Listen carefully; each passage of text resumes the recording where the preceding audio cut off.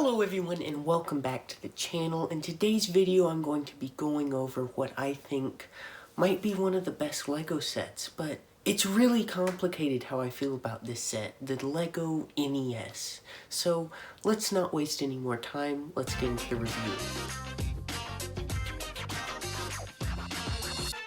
Alright, here's the NES. Let's take a look at this thing. Now, if you don't know, I only have the NES. I got this thing at a salvage store for like 20 bucks. Just the NES was there, no stickers, no controller, no TV. I'm getting the stickers in the mail, but I ordered those. It really stinks, the cartridge not having the sticker, but I couldn't wait to do this review. So let's take a look at this thing. The building techniques on this thing, let me tell you, are amazing.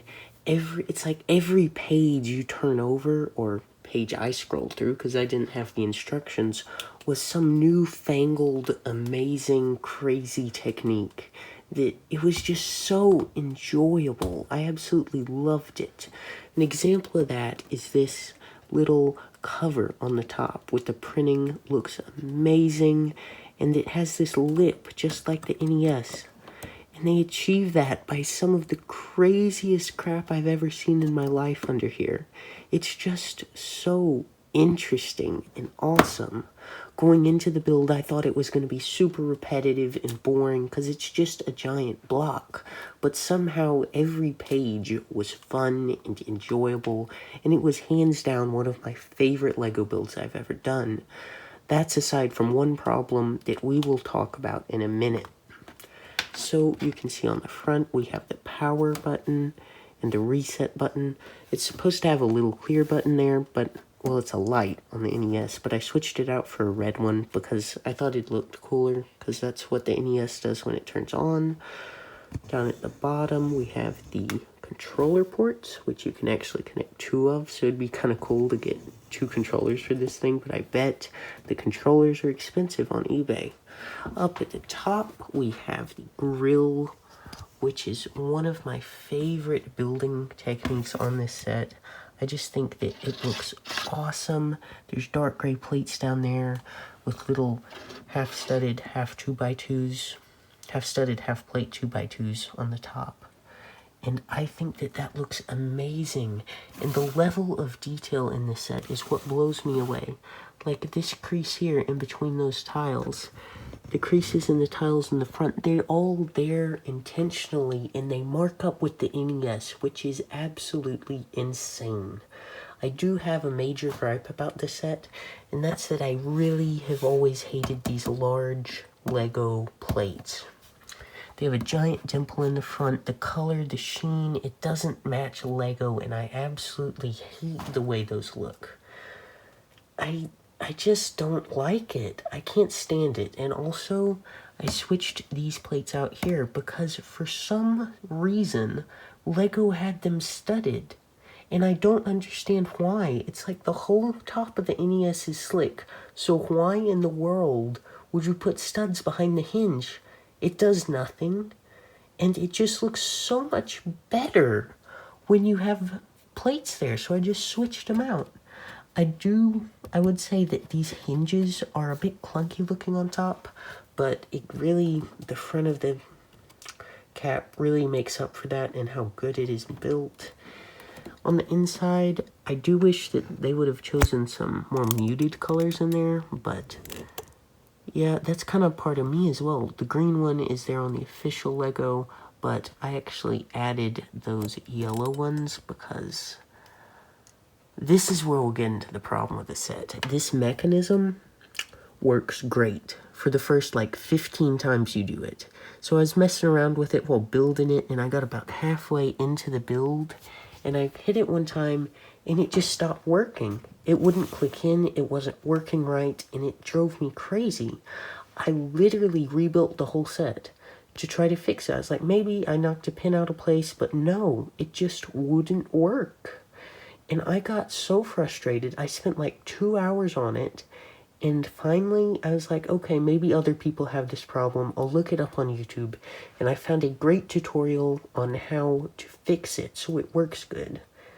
And it works great. It works like it should. You click down on it, it sticks. click up, you can do it really fast. It works great. But on the Lego one, it worked that good for about 15 times and then stopped.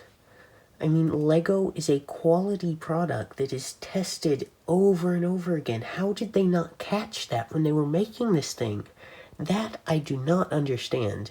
It wasn't that big of a problem, but it was hands down about the second most frustrating Lego build I've ever done.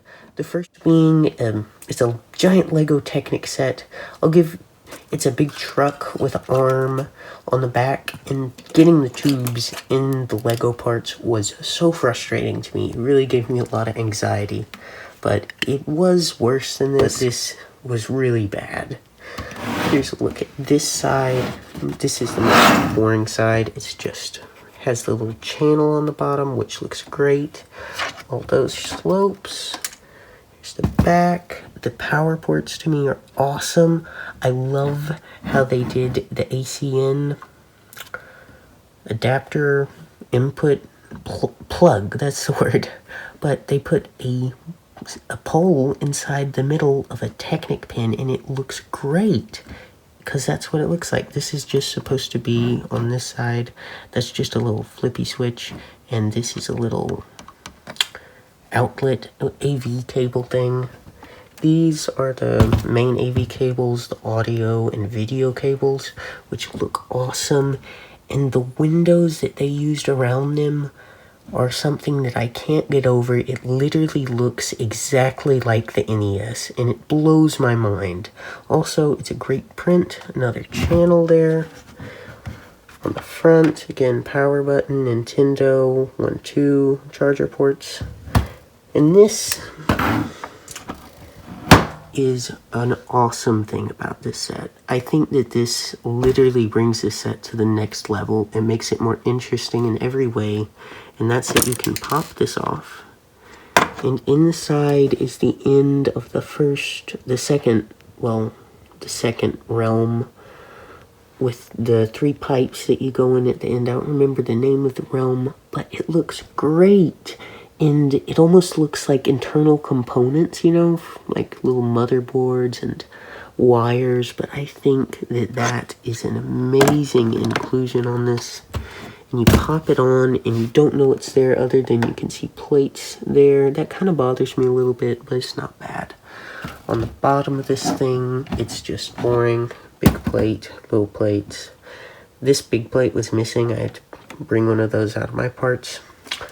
And you can take the top off, and that is done amazingly by putting a little gold nugget piece there in light bluish gray, so that you can get your fingernail under there and pop the lid off, which I think is awesome. You can see in here, you can also pop off this. There you go. There you go. And you can get a better look at this mechanism. There you can see the grills are actually sticking up. We can pull a game card out. And it has wheels in there which catch the game card, what makes it feel really good when you put it in there. Here's this little slider that moves when you open and close it. Works great. Modified. I had to put this little dark gray piece on the back, and I changed it out for a steeper slope like the guy said. If you have a problem with this set, just look up that video. It fixes it perfectly, and I had the parts, just in my random parts. It was really easy.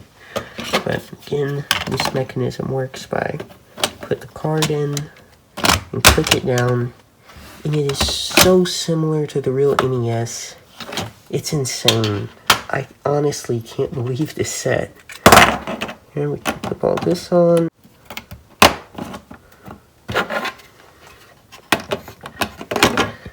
the lid on. And also this set includes a part I've never seen, and that's a 2x6 tile. I have a problem with Lego making new parts, and I really don't think that a 2x6 tile is really needed for anything. It's in the set, and I kind of wish it didn't exist, because, you know, we don't need that many Lego parts. It's just parts like that that are unnecessary in a lot of ways kind of bother me. So, I guess that's the end of the video. Let's move on to the outro. So, to recap it all, this is both one of my favorite sets of all time, and it's also the second most frustrating, god-awful building experience I've ever had in my life, while also being like a top 2 building experience, because all the techniques and everything were awesome. I hated it, but I loved it. And honestly, that's kind of how I feel about this set. I feel that it's one of the best LEGO sets ever, but somehow LEGO didn't test it and figure it out enough to fix a simple issue that just some guy on YouTube got the set, had a problem, and uploaded a video about how to fix it. I mean, LEGO, come on. I know you're not listening to this, but fix your sets. So, that's about it. If you guys would please subscribe, like, comment if you enjoyed. Comments are my favorite thing in the world to see. I love hearing from you guys, and it really kind of validates me, makes me feel great. And we're trying to hit our goal of 10 subscribers by the end of the month. Well, that's the end of the video. Thank you guys for watching, and have a great day.